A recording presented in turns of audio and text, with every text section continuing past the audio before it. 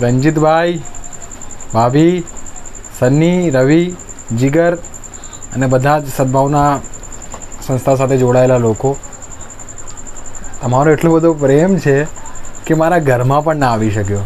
વિચાર કરો તમે કે આટલો બધો પ્રેમ તમે ત્યાં ગામડામાંથી મારા આ નાના શહેરમાં ઘરમાં મોકલ્યો કે મારા ઘરમાં તમારા પ્રેમને રાખવાની જગ્યા પણ નથી.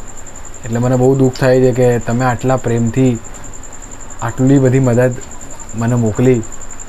અને હું કહું છું કે આવા લોકો મેં અત્યાર સુધી ક્યારેય નથી જોયા. અને મને મારા જીવનની અત્યાર સુધીની સૌથી મોટી ભેટ કહી શકાય એ ભેટ તમે છો.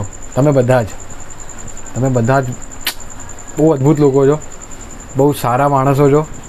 અને હું વિચારીશ કે આ જીવનમાં નહીં પણ બીજા જેટલા પણ જીવનમાં હું આગળ રહીશ તો કોઈને કોઈ રૂપે આપણે મિત્ર બનીને રહીશું. તમે જો પહાડ બનો તો હું નદી બનીને ક્યાંક વહીશ.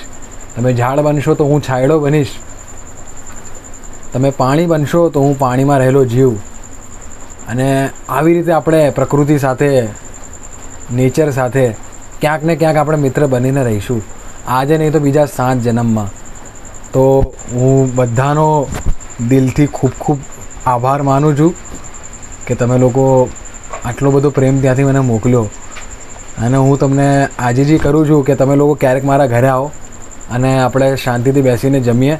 હું કંઈ મરાઠી સરસ ખાવાનું બનાવવાનું કહીશ મમ્મીને. આપણે બધા આવો તમે અને આપણે જમીશું અહીંયા, એવી મારી આશા છે. તો તમે જલ્દી આવો અહીંયા.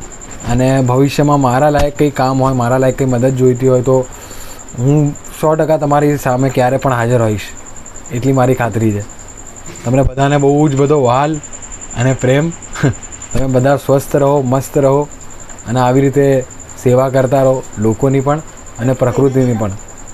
અને સ્વસ્થ રહો, બસ મસ્ત રહો અને આવા જ રહો. આવા લોકોની બહુ કમી છે દુનિયામાં. રવિભાઈ, રંજીતભાઈ, શનિભાઈ, બધા જ